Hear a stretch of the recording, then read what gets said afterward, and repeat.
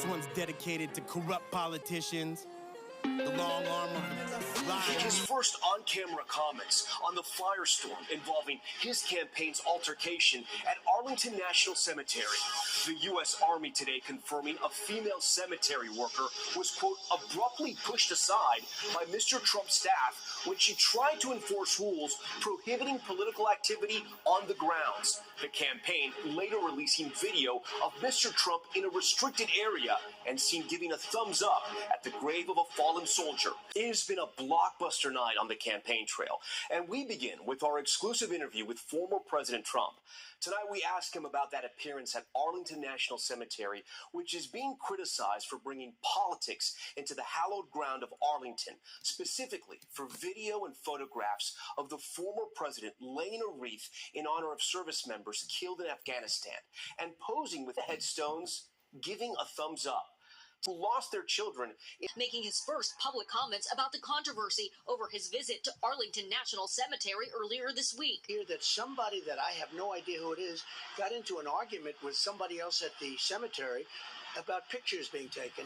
I took them. And today, an Army spokesperson said that Defense Department regulations, quote, clearly prohibit political activities on cemetery grounds, and that a cemetery employee was, quote, abruptly pushed aside when trying to ensure adherence to those rules. We lost 13 great people. The campaign on Tuesday posting this TikTok, highlighting video of Trump's visit, laying a wreath at the tomb of the unknown soldier, then posing. Should your campaign have put out those videos and photos? Well, we have a lot of people. We have people, TikTok people. We're leading the internet. But on that hallowed ground, should they have put out the images of those? I don't know what the rules and regulations are. I don't know who did it.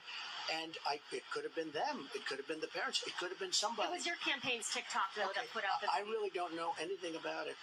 Having come so close, do you feel safe these days? It was incredible that happened. That's something the shooters would say it was like almost 100% that bad things would have happened. We are going to be paying for that treatment.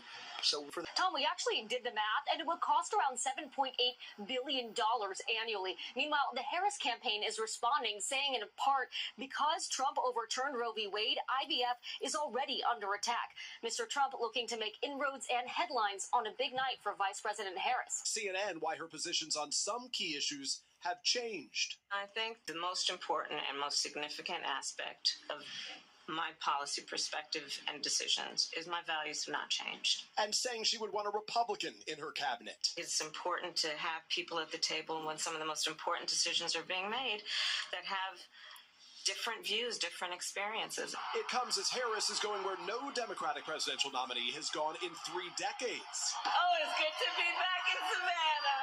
Wrapping up a 2-day bus tour here in southeast Georgia, a blue county in a largely red region, where the campaign is hoping to tighten former President Trump's margins. Latest polls show a competitive race, with Harris narrowly leading Mr. Trump in Georgia, as well as Arizona and Nevada. Clinton Edminster owns an art supply shop in Savannah. What is it about Kamala Harris that gives you confidence that Democrats can win back the White House this fall? It's absolutely her confidence and her enthusiasm, and you need that in order to run a campaign. And to allow us to bring the living wages that we need to support our families here in the United States. Maria Cato is a floral designer for weddings, most concerned about her business. You haven't decided who to vote for. No, because I'm waiting to see policies that's going to help us. We're learning more about how the vice president is preparing for the debate in less than 2 weeks. Multiple sources tell NBC News that Vice President Harris has been holding prep sessions between campaign stops and her official duties.